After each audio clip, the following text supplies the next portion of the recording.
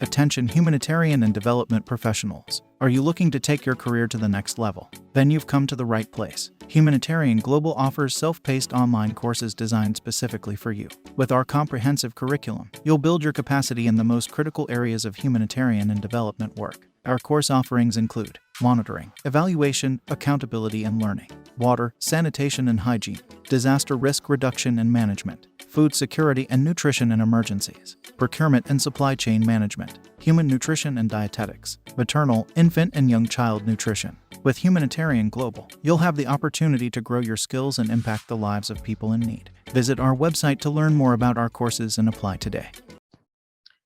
Hello, everyone. Good morning, good afternoon, good evening, based on where you're joining us from. And welcome to today's webinar hosted by Humanitarian Global. Today's webinar is on data collection using KoboToolbox and Open Data Kit, that is ODK. And the topic for today is mobile data collection utilizing Kobo Collect and Open Data Kit. Our expert for the day is Wycliffe Nyakundi, who is a meal specialist. My name is Diana, and I will be your moderator for today. With that said, right before we get into salutations, I allow my team to say hello. I'd like to just start with a few house rules. So house rule number one is do engage us in the chat section. I encourage you to engage us in the chat section. You can begin by simply saying hello, letting us know where you're joining from. In case if you face any technical difficulties throughout the webinar, let us know in the chat section and we'll be able to address the same. Something else on the chat section is, like I did mention, today's webinar and presentation is on data collection using KoboToolbox and Open Data Kit, and the topic is mobile data collection utilizing KoboToolbox, Collect, and ODK, Open Data Kit. In case if you're interested in taking up this course, because for today it will just be an introduction, I do encourage you to share your contact details, that is the phone number and email address, as well as your name, and our team will be able to reach out to you to assist you on registration as well as with more information on the course. Remember, here at Humanitarian Global, we take data privacy protection very seriously. Therefore, when you're sharing with us your contact details via chat, no one else but the panelists is able to see it. House rule number two is kindly throughout Wycliffe's presentation, I know questions will come up. There will be a lot of questions. So kindly direct those questions to the Q&A section, because at the end of Wycliffe's presentation, we will have a Q&A session and he'll be able to address those questions. At the very end as well of Wycliffe's presentation, we will have a Q&A session, as I did mention. And during this time, I will ask participants who would love to ask their questions live on the webinar to raise their hands, and then we'll allow them to speak and share and ask their questions. So kindly, until that point, refrain from raising your hand. In case if you have something to tell us, let us know in the chat section, and we'll even respond quicker as opposed to you raising your hand. With that said, I'd like to bring the team on board to say hello. And today I will start with our expert, Wycliffe Nyakundi. Can just say hello to you, and then he'll be coming on later to make his presentation on mobile data collection using Kobo Collect and Open Data Kit. Wycliffe. Thank you so much, Diana. My name is Wycliffe Nyakundi. Welcome for this webinar. Thank you. Thank you so much. With us, we also have Sheila. Sheila, you can say hello to the team. Thank you so much, Diana. Hi, everyone, and welcome to this session. Thank you so much. And as always, we always have a big team working behind the scenes to ensure the webinar runs smoothly, including live sharing the live on Facebook. And on behalf of Anthony, Brian, and Ian, I do send their salutations. With that said, I believe we can begin today's discussion. But right before I welcome Wycliffe, I'd like to mention a thing or two about the kind of trainings that are upcoming, the upcoming trainings for the last quarter of this year. And some of them include water, sanitation, hygiene in humanitarian and development context, that is WASH. We have SBCC. We have a lot on data collection and analysis, including what we're going to be discussing today on data collection for humanitarians using KoboToolbox and Open Data Kit. We also have on the same, in terms of data analysis and visualization, we have data analytics and visualization using SPSS and Power BI. We have an entire training on MIL, that's monitoring, evaluation, accountability, and learning. We have other trainings that touch on project management, which include fundraising and resource mobilization for NGOs, writing proposals and reports for donor-funded projects, as well as leadership and project management for NGOs. Today, I'm going to focus slightly, I will not talk much about it, but on data collection for humanitarians using KoboToolbox and Open Data Kit training. I'll not talk a lot about it because, like I did mention, Wycliffe will be making an introduction to this. So I just want to quickly mention the dates and how to register. So the training starts, the online training starts on the 16th. This is next week, 16th to 20th of October. And 16th to 27th, of October. And then the physical training, which happens here at the Humanitarian Global Training Institute in Nairobi, Kenya, starts on the 16th to 20th of October, so of this month. I encourage us to all sign up for these trainings. Like I did mention, in case if you're interested, you can also share your contact details in the chat section, and our team will be able to reach out to you. So in this training, you're going to be focusing a lot on the Kobo Collect tool, as well as Open Data Kit collection tool. And just to go a little bit over the training program, so it will be divided into areas. The first one will be ODK. And we'll start with an introduction. So do not worry, if you're still very new in this field, you can be able to follow through, because we'll do an introduction to data collection, and then we'll progress and build skills on that. So we will first focus on Kobo Collect, and the first bit of the training shall be focusing on that. And then later on, you'll come and focus on the open data ODK. And with that said, I really don't want to take much time. I'm encouraging us to sign up for these courses. So to sign up, you simply come and click register, and a form shall be generated like this. We ask you to fill in this form and be very keen on filling in the bit where it says what the training workshop is, the program. So you fill that in, and then the training delivery mode, ensure to fill in if it's online or on-site, make sure you do that. And then you can also add your own remarks and submit. Once you've submitted this form with all your details, our team will be able to reach out to you. Our team will be able to reach out to you and assist you in completing your registration. Something to mention about the courses costs. So the on-site cost is $750, while the online training costs $500. I welcome everyone to register for these courses. At this point, I'd like to welcome Wycliffe to take us now through mobile data collection. This is utilizing Kobo Collect and Open Data Kit. Wycliffe, welcome. Thank you so much, Diana, for welcome. Can you be able to see my screen? Please confirm if you can be able to see my screen. Yes, we can see your screen. All right, great. Thank you so much. Thank you so much once again. I want to welcome all of us from wherever you are joining us from this morning. Quickly, I'll want us to take the next few minutes so that I can be able to highlight what are the expected content that we are going to see in this course for the Kobo Collect and the ODK.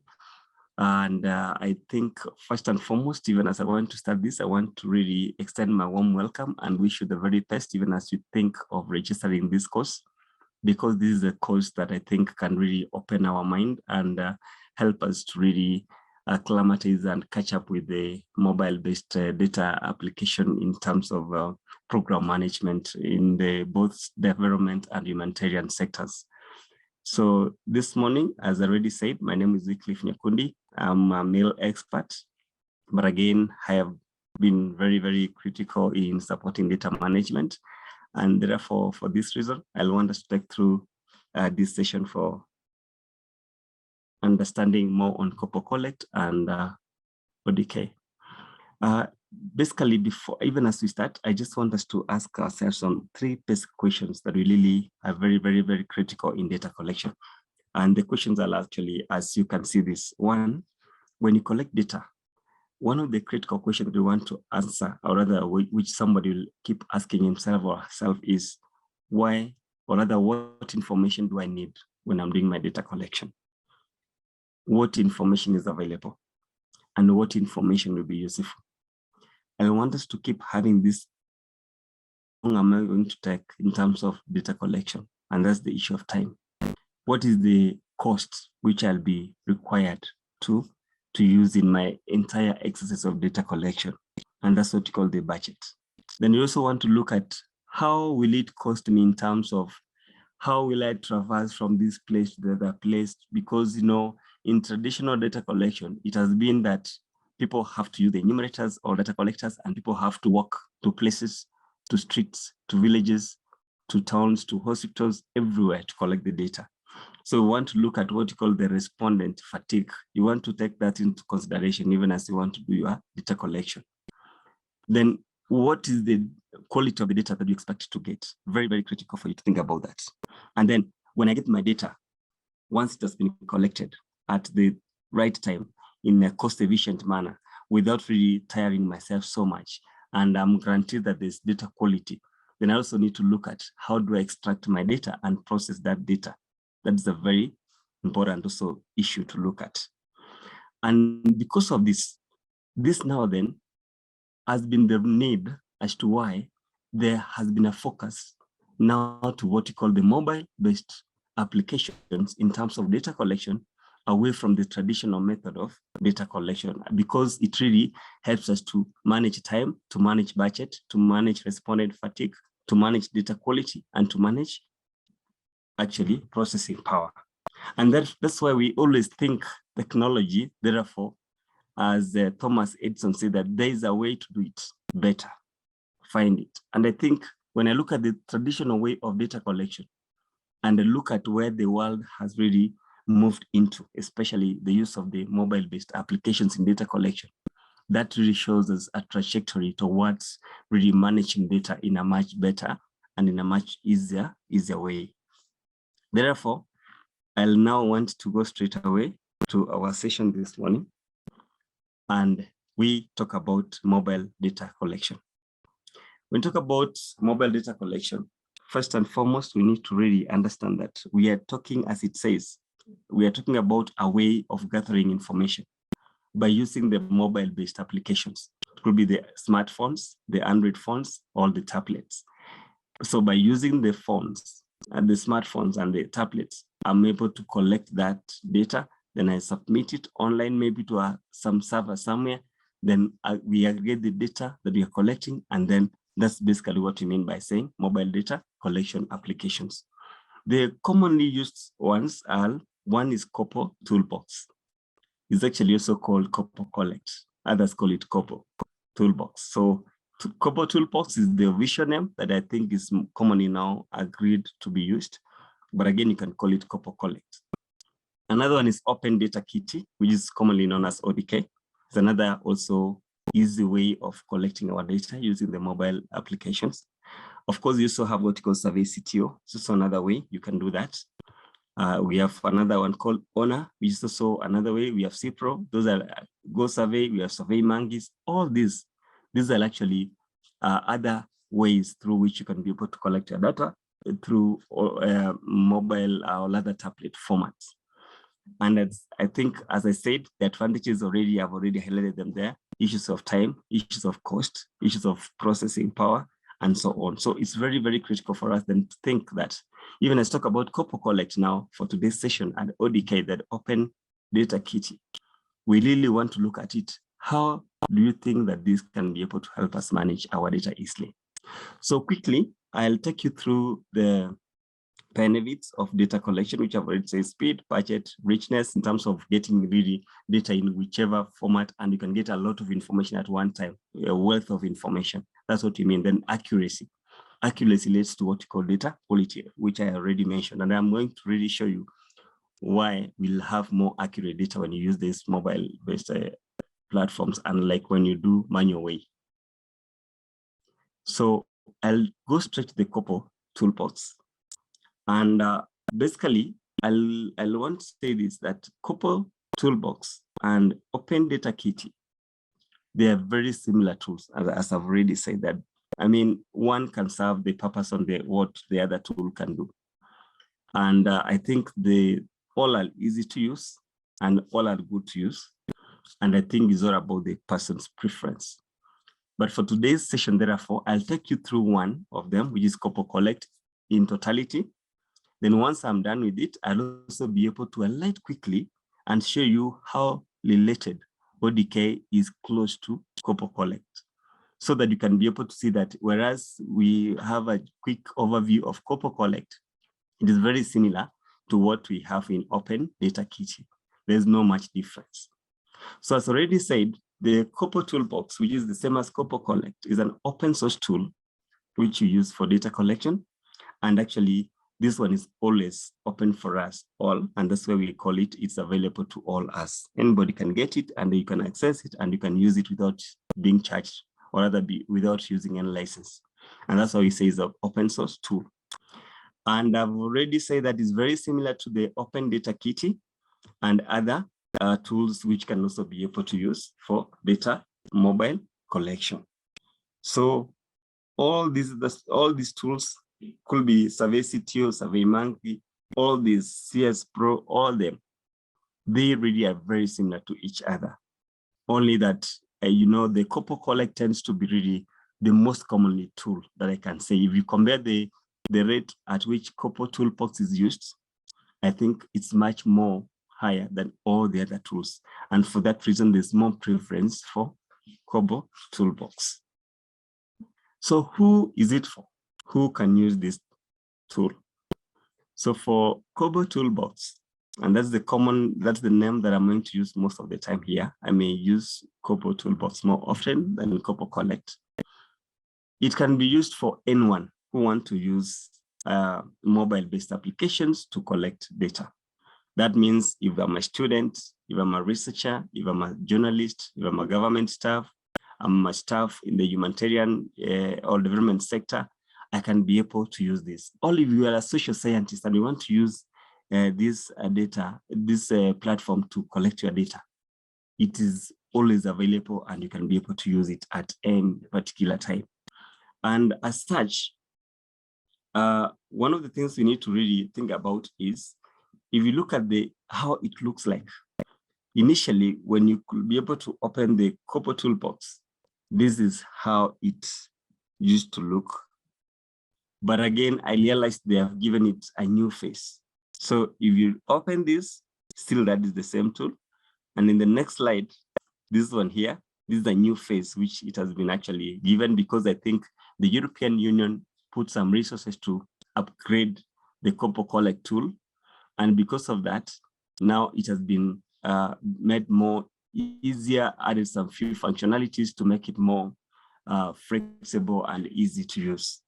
And one of the things, by the way, I have to mention at this point is that the Kobo Toolbox is a toolbox which has been developed by Kobo. Kobo is a company whose mandate is to really develop the online platforms that can be used for community of practices for easy use in terms of a technology. And for that, that's why they call it KoboToolbox, because it is a tool that has been developed from Kobo company. So basically, as I already said, this is how you look. So when you be able to open it, you may be able to see any of these functions. The ones which you're here, you could be able to create your account here, or this one where you're also able to create your account. So once you open the Kobo Collect, the first process is to create my account. And of course, when you create the account, it allows you to really look at various things. You'll enter your email address, and it will tell you to create your username and a password. So you'll have to have the email account. Then you'll also have to create a username in terms of which you'll be able to access to the KoboToolbox, and then also create your own password, which you'll be able to use consecutively when you want to log in and sign up. And that's why you'll be able to see up here. There are those features there. We have about us, features, services, pricing. Then the other side is sign up. So when you want to sign up, that's where you'll be able to create. And now once you sign up, then you'll be able to log in the consecutive times now going forward. Now, if you want to access that, I've put a link here, and I'm happy that Diana is going to share this after this session, and you'll be able to actually click that link, and once you click it, it opens and takes you to the KoboToolbox site, where you'll be able to actually register, log in, and start using that tool. Now, there are a few things I want to mention, that when you use Kobo Collect, currently the upgraded version, which I said is this one, you can be able to see right now here. It has two options of logging in when you want to create your account. And those options, and I think it's very important to mention them at this point, it has two servers. So when you log in, it allows you to either log in through the server of what you call the KoboToolbox server, which has also been called a Humanitarian server. So when you see a Humanitarian server, it's the same as the KoboToolbox server. So if you see any of the two, it's one. And then there's also what you call European Union Kobo Collect Tool server, which is also known as the Humanitarian server. So these are the two servers you'll be able to see when you want to log in. And you can be able to log either, or rather create your account into one of those servers. So once you create the account, you're able to log to any of those two servers, either the European Union Toolbox server or the KoboToolbox server. What is the difference in those servers? And I think as you use this, you'll be able to really see that over time. So for the KoboToolbox, is when you're an individual, you want to use it for your own work. For example, you want to do your own assessment, you want to do your own data collection, which is benefiting you as an individual. That one, you can always use the KoboToolbox server. But let's say you are an organization. Let's say, for example, World Vision, Plan International, Kenya Red Cross, those kind of institutions, you are UNICEF, you want to create, you want to collect your data using the KoboToolbox. In that case, you may want to register as a humanitarian or as an organization.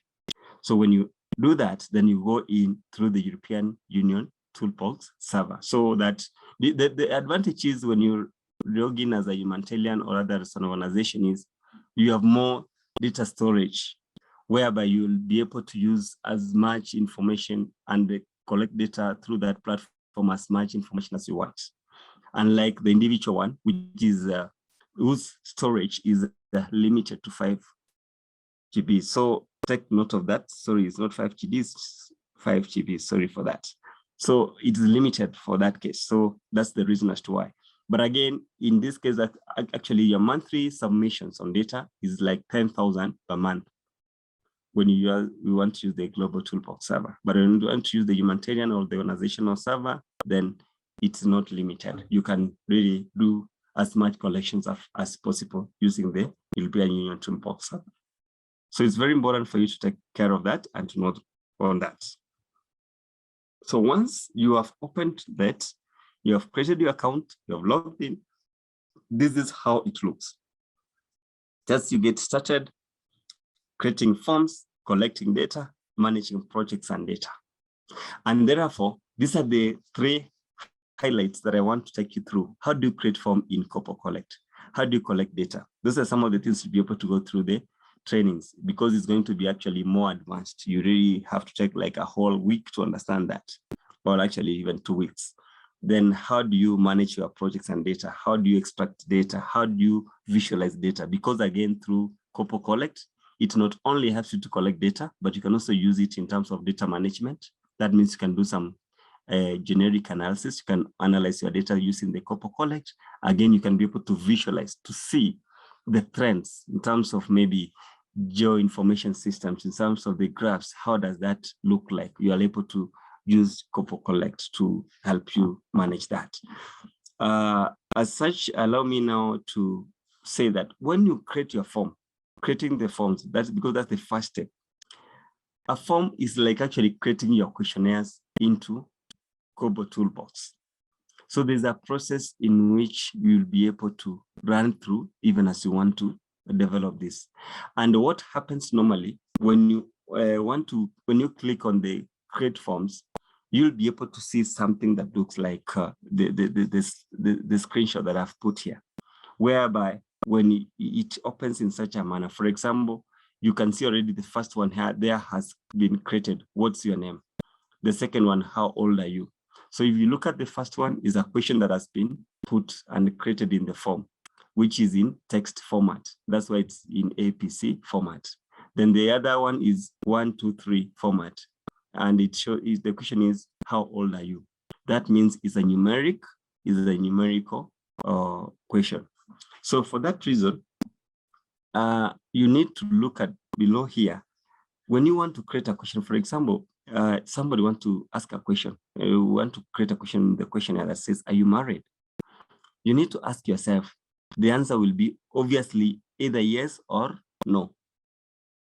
Because that question, I think, has 2 answers. Is either yes or no. So you need to ask yourself, which question am I putting in Kobo Collect? Is this open-ended? Is it closed-ended? That's very important for you to keep thinking about that. Then under that, you want to then ask yourself, where does my question follow? Is it select one? For example, here I can click select one because are you married? The answer is either yes or no. So that means I'm either to select one of the 2. I can't say both. The answer is either yes, I'm married, or I'm not married. Select many. Let's say, for example, somebody was asking, which of these, for which of the following answers are correct about Kenya? Maybe you can say Kenya has 47 counties. That is correct. That is true, of course. The capital city of Kenya is Nairobi. That is true, of course. You'll tick the 2. So if there were 5 answers, you'll tick 2.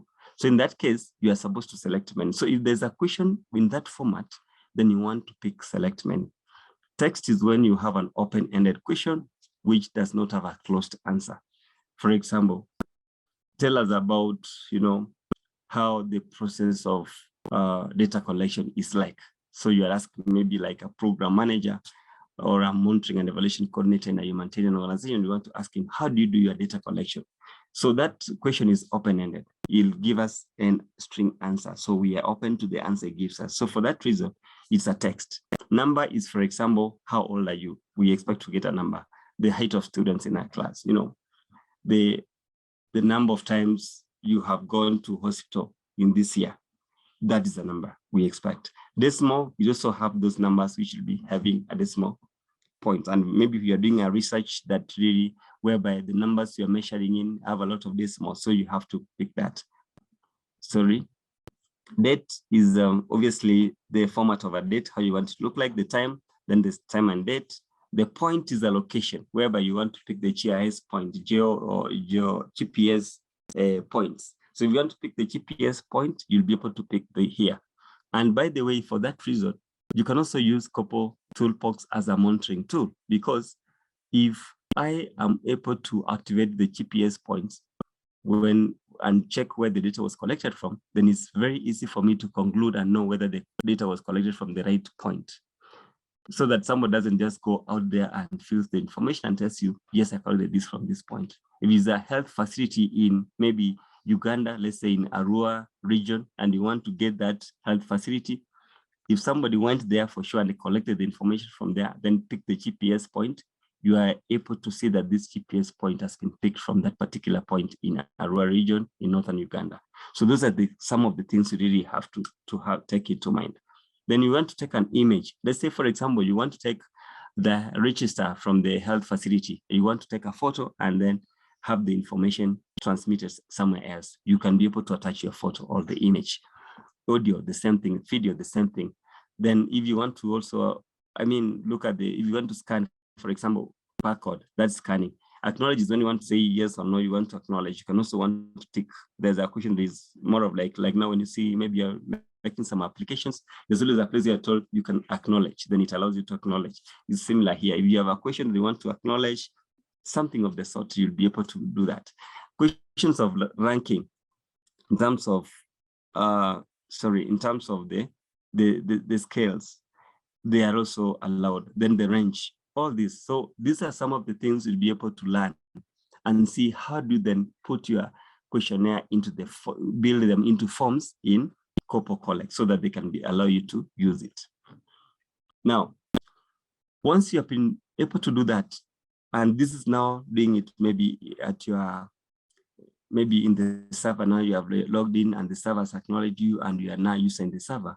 You can also now install KoboToolbox in your phone, that's the smartphone or the tablet. How do you install that? It's very important to know that. Then you'll of course have to go to your phone.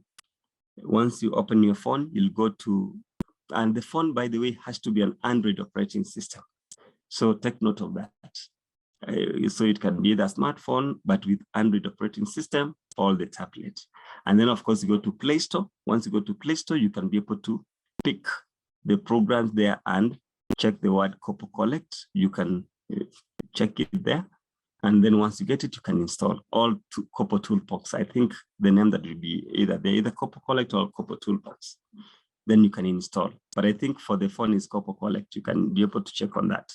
So once you do that, you install it. Once you install, it allows you to install normally. And once you have done your installation, the critical thing then for you to be able to now collect your data from the mobile phone is you have to link it with the server, which you have already created. Remember, when you log in on your PC, for example, you logged and created your account and you were under the server, either we said of the Global Toolbox or the one for European Union server. So once you're in that server and you have your username, your password, now you need to link that one with the smartphone and the one that you have now also installed your Kobo Collect. All for those data collectors who will be in the field will be doing that. And that means you have to get all the details, either the phone numbers or the usernames of those data collectors who are in the field collecting data. Once you collect all their numbers, then you link them to the server. And how do you link them to the server? You use the URL, which is given here. Once you use this URL, then you are able to type your username, then your password. It automatically now links you to that server where your forms have been built, because in the server is where you build the forms. The phone will only help you to collect data. So once you have linked the phone and the server, now it means the phone is able to communicate with the server and retrieve the form from the server, so that we have the form now on your phone. And that's now what will allow you to start collecting your data in the phone. And this is how now when you go to the phone, your phone will look like. When you open the Kobo Collect, it will show you this, and then it will tell you fill the blank form. Then you actually click that, then you open, you fetch that form. It comes now, then you fill the form. So if it's about school data collection for maybe school access in this country, you'll be able to give the information about that school and then fill all like that. So once you have filled the information, then the next thing is to submit it. Remember, you can collect data online or offline, meaning even if you don't have the network, you can still be able to do what? To collect the information. The only point is at the point of submission, when you want to submit it to be synchronized to the server, it has to have a network so that now it allows that connectivity to the server. So, but at the time of collection, you do not necessarily need to be connected with the network. So you only need the internet, rather. You only need to ensure that you have internet at the point of transmission of the data that is from your phone to the main server so that now it can be synchronized with the other data which has been collected. Now, once you have done that, then you can now start managing your data. Take note, once the data has been received in the KoboToolbox server, it can really be used in a lot of things. For example, you can be able to see your project summary, a code validation. You can delete a project you want to see. These are some of the actions which you'll be able to see. You can actually map, share, and export your data. Take note of that. And also, other things that you can see once your data has been put on place, you can be able to download photos, for example, here. You can be able to edit, you can be able to connect KoboToolbox with Power BI, with Excel for exporting purposes. That means you can export to Excel, you can connect to Power BI, you can connect to SPSS, Stata, all those. It allows you to really, and even GIS softwares, you can be able to interact your data with all this. So that means really Kobo Collect is a very good platform, because once you collect data again, it allows you to link with other data management tools, which can help you maybe to do advanced analysis if you want to do that. And then again, you can, of course, it shows you how the storage purposes and all these other things. And the issues of, like now the last one, we call KoboToolbox integration on Monday.com. Monday.com is a project management tool. I think for those of us who have been in the NGO sector especially, you could be able to really appreciate that Monday.com is now a common project management tool that is being accepted and being used commonly in many places. For that reason, you can also be able to link that with Kobo Collect. And once you have been able to do that, then it can give you some of this analysis, which I already said. It automatically, if you generates some of these. For example, this is one of the dashboards you'll be able to easily get from your Kobo Collect. See, in terms of rating, for example, this is in terms of rating. There's good, neutral, bad. Then it also gives you what do you call a good rate, what do you call a bad rate. It really harmonizes that. If you want to see visuals in terms of the joint formations, how the information has been distributed. For example, this is a Uganda case, where you want to see some information in terms of maybe which was collected in various regions in Uganda. We have the northern region, the western region, the central region, the eastern region, where it's also not set. So all these, you can be able to pick them. You can make that to look and to be in your map so that you can, more of like GIS, you can be able to see what happens when you are doing this. And then that's basically just about KoboToolbox. And also to really take you quickly and just show how closely this is ODK. ODK, I may not talk the whole of it, because as I've said, the procedure in terms of how you manage data is the same in both ODK and Kobo Collect, only that they are a little bit different in terms of how they appear. And this session, actually, I've put how you install both Kobo Collect and ODK. So the links are there, you'll be able to check them through. So for the ODK, the Open Data Kit, as I've already said, is also equal an open source tool, also used for data collection management and also for other visualizations. We want to also do the same thing. And as you already said, data collection can be done offsite. That's very important for you to take note of. And for this one, remember the KoboToolbox was developed by the Kobo as a company, and I told you this company is actually focusing on technology and how they can make use of data management easy through technology. That's their main purpose. So that's why they came up with the KoboToolbox. And like that, for ODK, this is purely been developed by the University of Washington, Department of Engineering, and another department called the Change. The Change, they say, is a department which is interested more in improving the lives of the underserved. So by doing programs that focus to help and improve and challenge the lives of the underserved, basically.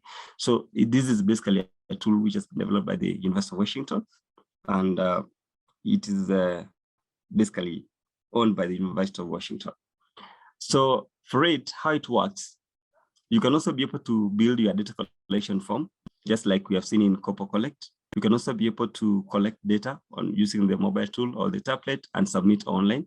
And you can also be able to aggregate your data collected on the servers and extract it and use it for various formats, as already been said, actually, just like in the KoboToolbox. The steps for ODK, mobile data collection in relation to KoboToolbox, I've already mentioned this. building forms, setting up to the server, collecting data, then aggregating and extracting data, and also actually generating visualizations if you want to add that. So I'll now take you just a case scenario on how to build a form. Equally, when you want to build a form, I think you saw how you build the other side. So when you'll be looking at ODK, it's slightly different. And in this sheet, I've already said, I think in our discussion that it's very important for you to understand the issues of open-ended questions, open and closed-ended questions, open-ended questions with numbers, and so on. Date, I've mentioned that. There's issues of location, media, choose one, select multiple. Those are some of the things you'll be able to see in Kobo Collect. So in ODK, not Kobo Collect. So for ODK, I think I did not capture the screenshot on how it looks, but basically, if I were to just, let me see if I have some few minutes. Yes, I have some, maybe 2-3 minutes. So if I were to open this, so basically for ODK, you can see down here. So if I wanted to add new here, it allows you to maybe create now either text. If it's a text, you'll see now it starts telling you how to define a text. If you want to bring numeric, the one with numbers, which I've already talked about, it comes. So these are the variables here. So which will be help you to define the kind of the question variable, how it looks like, whether it's a text, whether numeric, whether it's date and time, whether it's time, whether it's location, media. Media I've already said here, you can cover images, video, audio, that's where you put them. Barcode is when you want to scan. I think now the world is going in terms of technology to the scanning, where you want to get those URL and you scan, and then that's where you also use the barcode. Then you can choose one is when you want to choose one question. Select multiple is when you select more than one question. The one I think I had mentioned earlier on. Then if you want to do groupings, you can also be able to do the data in terms of that. So basically that's about ODK, and that's how it looks like. But in terms of the other processes, similarly, they're the same. So once you have been able to do this, you'll also be able to set and link the server and your phone. Then once you link that, then you start now bringing in the data. Once you have the data in the server, then you can be able to analyze it and then generate your different findings and extracts as you want, depending on the kind of research or the kind of project management analysis that you are conducting. So basically that's all from my end. I think for the interest of time, this is just to really show you what we are having and what you are looking to do when you come in and register in this class. I look forward to seeing you in the class very soon so that I can be able to support you to do this practically. Thank you. Thank you so much, Wycliffe. And right as we head into the Q&A section or session, I'd like to note that we have been sharing the links for this course. That is, excuse me, that is the course on data collection for humanitarians using KoboToolbox and Open Data Kit. So we have been sharing the links, and in case if you're interested to learn more about it, kindly do click on the links that we have been sharing, as well as if you'd like to register, you can also click on the same, or alternatively, share your name and your email address with us in the chat section, and we'll be able to reach out to you with more information. With this, I'd like for us to take up the Q&A bit of this webinar. So we have a number of questions weekly for you in the Q&A section, and I'll just start with the first one.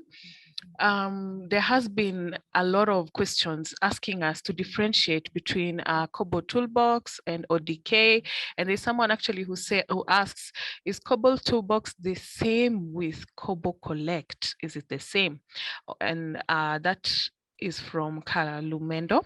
And then we have Sheriff as well. What is the difference between Kobo Toolbox and Open Data Kit?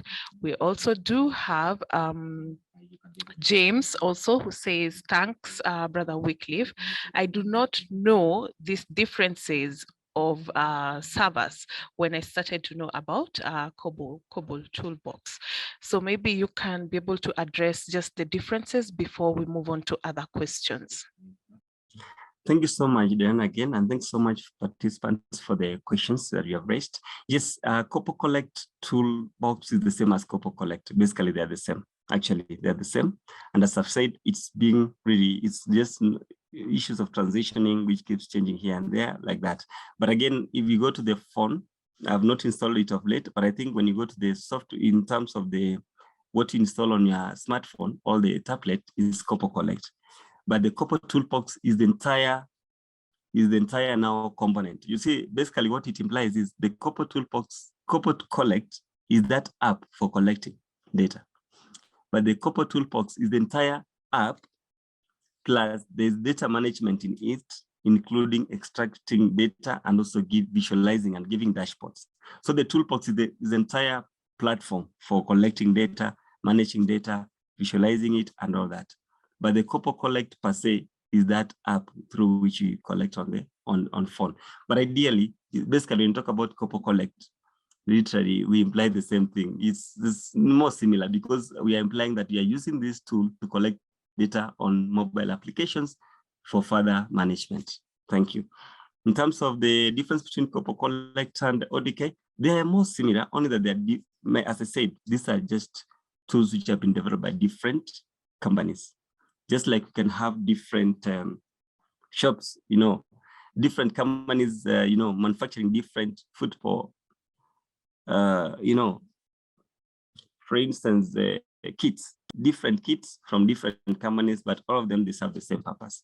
But they're more or less the same in terms of functionalities, in terms of what they can do and the capabilities. That's why I said, we look at these mobile data platforms as in terms of what are their capabilities, so that their functionalities, they're the same.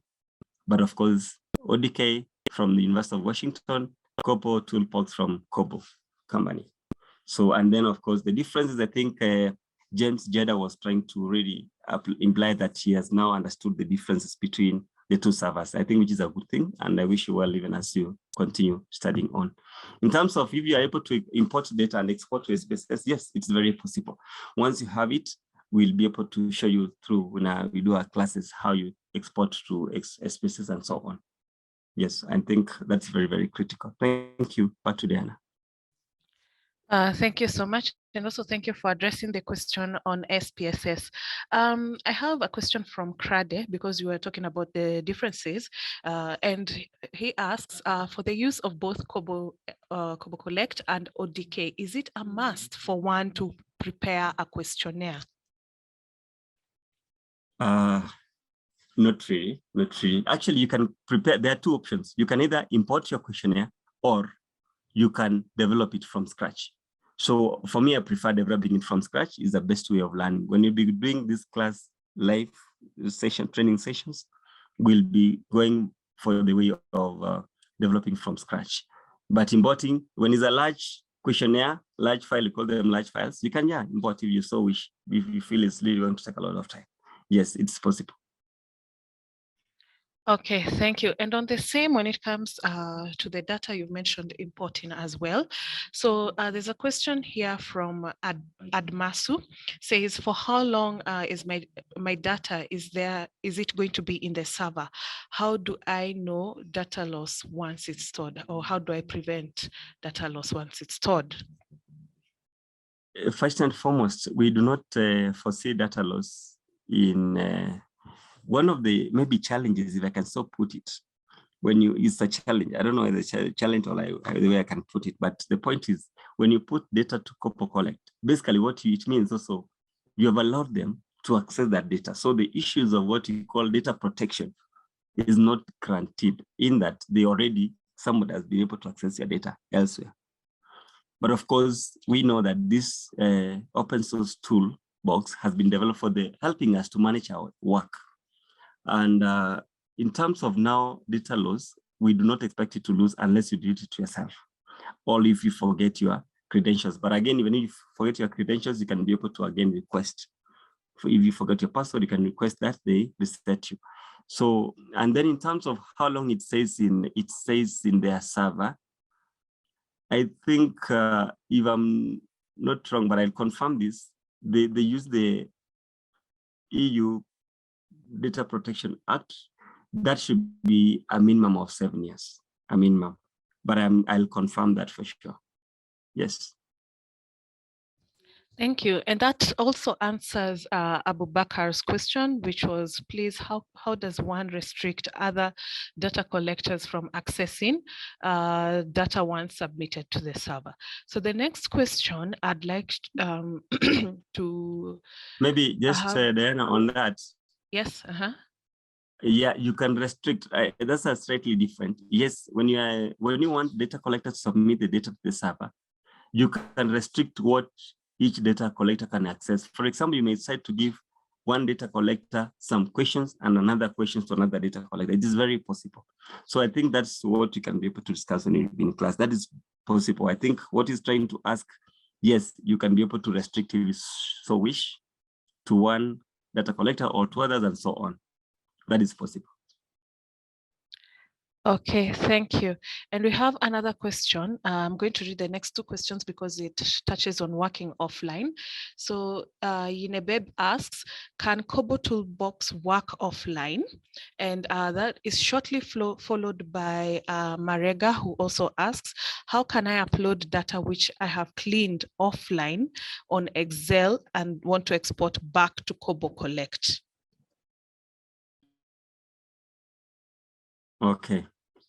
First and foremost, you work offline. We have already agreed that from our discussion.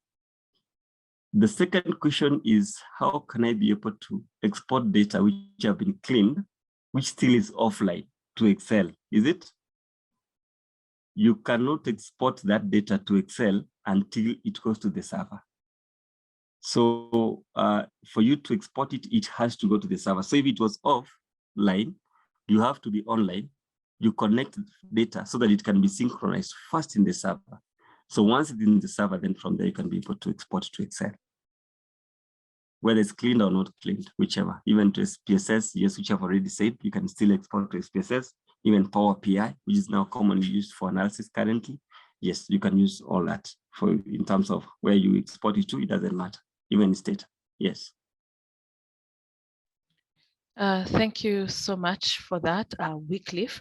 And as questions keep on coming in, we actually do have quite a contentious question here, because during your presentation, you talked about that these applications are actually compatible with Android phones. So a number of us here in the Q&A are asking, is it possible to conduct data collection of KoboToolbox using an iOS smartphone? Or someone else like Fred does also ask, is the iOS version of the app available?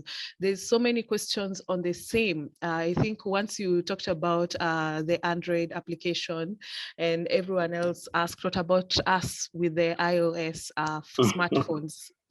Great. I think that is something. Let me first say this. In some instance, I know there are people who have been able to crack it, and the iOS have been also tried to use it. But there are things when it comes to compatibility of the data. You can use it to collect, but it will not really give you the right. When it comes to compatibility with the server, it becomes a problem. So for that reason, we really encourage that for data collection purposes, because now this is going to be purely for a different work. You know, the data collection is maybe different from maybe where we are using our phones. We might be forced to really have the iOS if you want it to be very easy to use without not having issues. And I think basically from what I believe in, there are more Androids and very easy and cheaper and easy to access. I think those are the reasons maybe they were looking at that. Yes. And also, thank you so much. And also another question did come up when you're giving us the differences.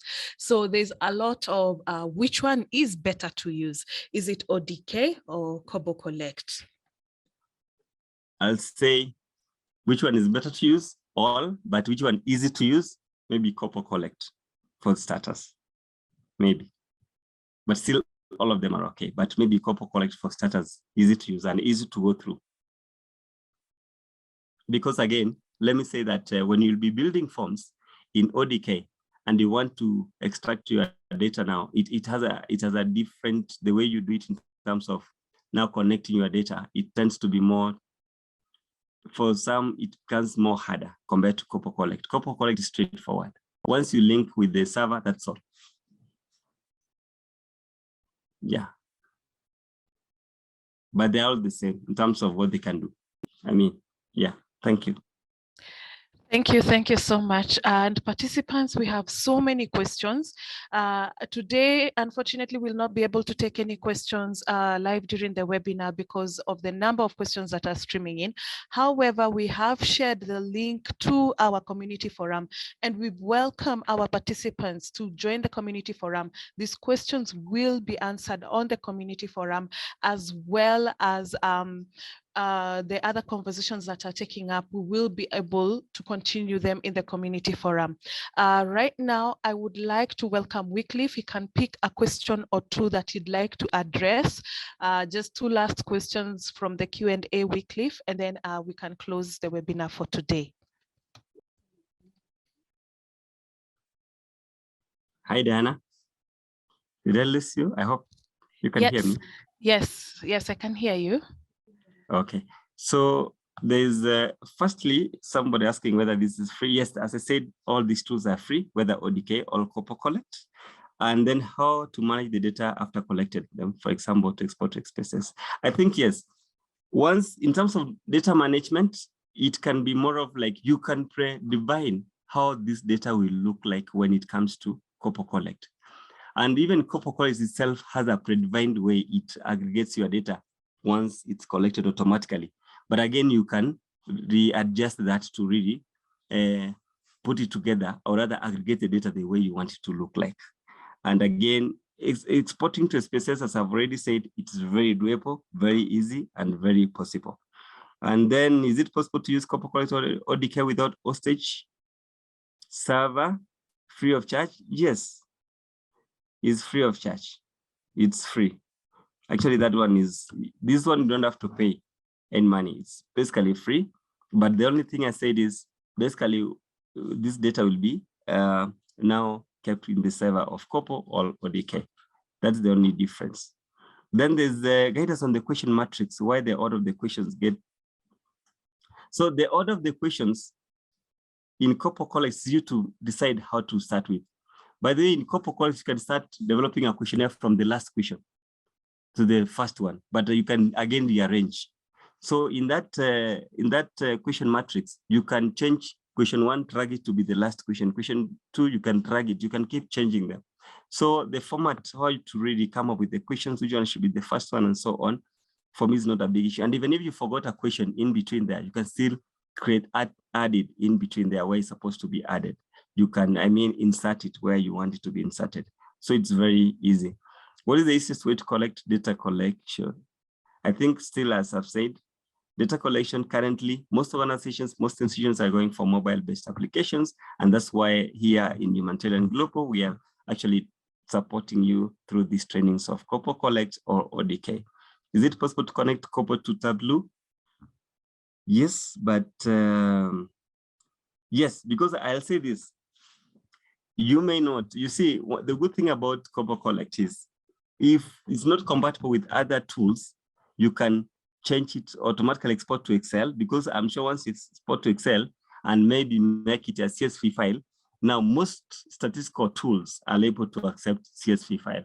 So still it's easy to get your data from Kobo Collect to N tool, even beyond the ones we have said here, because you can take it to Excel in CSV format and then from there take it to N tool, because CSV file is compatible to most statistical tools for analysis. Yeah, thank you. I think I'll stop there, Diana. Thank you so much, Wycliffe, for sharing that. And again, remember, participants, we will be having this training on data collection for humanitarians using KoboToolbox and Open Data Kit training. It does start on the 16th of October, that is next week, and we encourage you to sign up for this course. Remember, we take a very limited number so that we can be able to have an interaction with each one of you as we continue to train you. And it's always on first come, first serve basis. So the earlier you register for these courses, the better it will be for you, and the more you are guaranteed in securing a spot. Kindly, I welcome all participants. Secure your spot today. We've sent you the registration form. We've sent you the link for the training as well, in case if you'd like to learn more in terms of the objectives and the training program itself. Remember, like I did mention, we're taking a very few number, and even in today's webinar, as many as we are, we've already received a number of registrations. So thank you for those of us who are already registering for the course, and I can't wait to meet you next week through the training. With this said, we've come to the end of our webinar. I'd like to begin by saying thank you to Wycliffe, who was able to take us through quite a lot today, and we're able to learn a thing or two on ODK and Kobo Collect. I'd like to thank all our participants, especially those of us who've been quite engaging in the chat section, in the Q&A section, those who shared their details with us, those who've gone even the step ahead and registered for this upcoming course. I really do appreciate you, and thank you so much. Finally, I'd like to appreciate the entire Humanitarian Global team for having facilitated this webinar and ensuring it runs smoothly, including having it live streamed on Facebook. So thank you very much for your efforts, and we look forward to having another webinar come next week on Wednesday. With that said, I bid you farewell until we meet next time. Kindly do feel free to exit the webinar at your own leisure. Goodbye. My journey as a humanitarian started sometimes around 2016 in the NYSC camp. You know, when you finish your degree program, you need to go for a year training. So in Nigeria, we call it NYSC, National Youth Service Corps. So while at the camp, I have this staff of KUSO International. KUSO International actually is a Canadian humanitarian organization that is working towards ensuring no poverty and no equality among the community in all. So they approached the serving corps members at the camp, telling them to come and volunteer with the organization in providing services in certain communities that they will be posted to. At first, I wasn't interested because I am a farmer. Then I realized that there are several areas where I can render my service to. I can also render my service to youths, encouraging them to have a sustainable means of livelihood in agriculture. There and then, I key in, I applied, I became a volunteer. So after volunteering with KUSO International, I then had the interest of working as a humanitarian person. I worked with KUSO International for a year, and thereafter I moved for my second degree studies, Masters in Agricultural Economics at Ahmadu Bello University Zaria. So because of the distance of the place I was rendering the humanitarian service and the place I'm studying, I had to then resign from that particular role. Thereafter, while I was working, I was studying with at Ahmadu Bello University Zaria. Then I also had the opportunity to also volunteer with Action Against Hunger in Borno State. Because of the insurgency, the people in the IDP camp needed humanitarian service. Then I said to myself, I would volunteer to provide that service. After working with Action Against Hunger, thereafter I worked as a farm manager with Agro News Nigeria, and then here I am today working with FX Commodities Exchange impacting life, and providing humanitarian services to the humanity.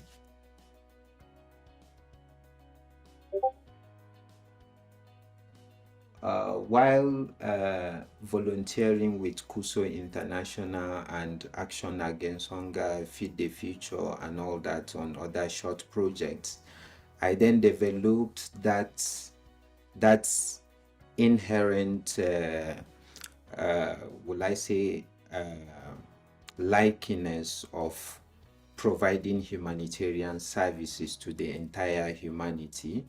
Then one day I was sitting on my laptop checking through online. Then I decided, I said, no, I need to look at some kind of humanitarian courses that I would attend so I can enhance my skills and my ability to deliver more in the humanitarian sector.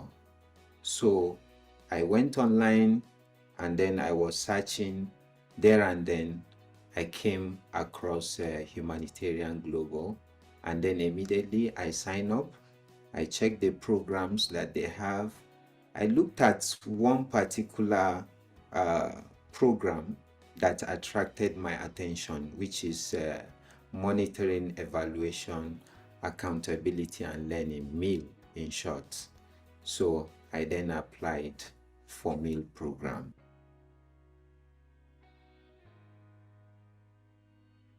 So generally for MEAL program, I will tell you that it has been superb. Honestly, it has been very, very superb. If there is any word that's higher than that, I will use that. Then for what I have learned, wow, what I have learned actually is too enormous. It's not something I can actually share with you today or the whole of my life. But the things I can then remember that I can share with you is that for MEAL, in short, is part of our lives. In everything you do, you have to monitor, you have to evaluate, you have to account, and you have to learn in everything that you do. If you don't learn, like the famous saying, they say, the day you stop learning, that is the day you start dying. So actually, MEAL program entails everything that one needs in life. So I have learned a lot. Part of the learning from the program has assisted me in my job today as a humanitarian person. In everything that we do, from the inception of any project, I get involved and then I apply all the learnings that I have there to assist in the development of the basis of the project, how to monitor it, how to evaluate the project, how to get the indicators that will be used to evaluate the project, and at the end of the day to term it as a success or a failure, and also learn from it and how to also account for that particular project.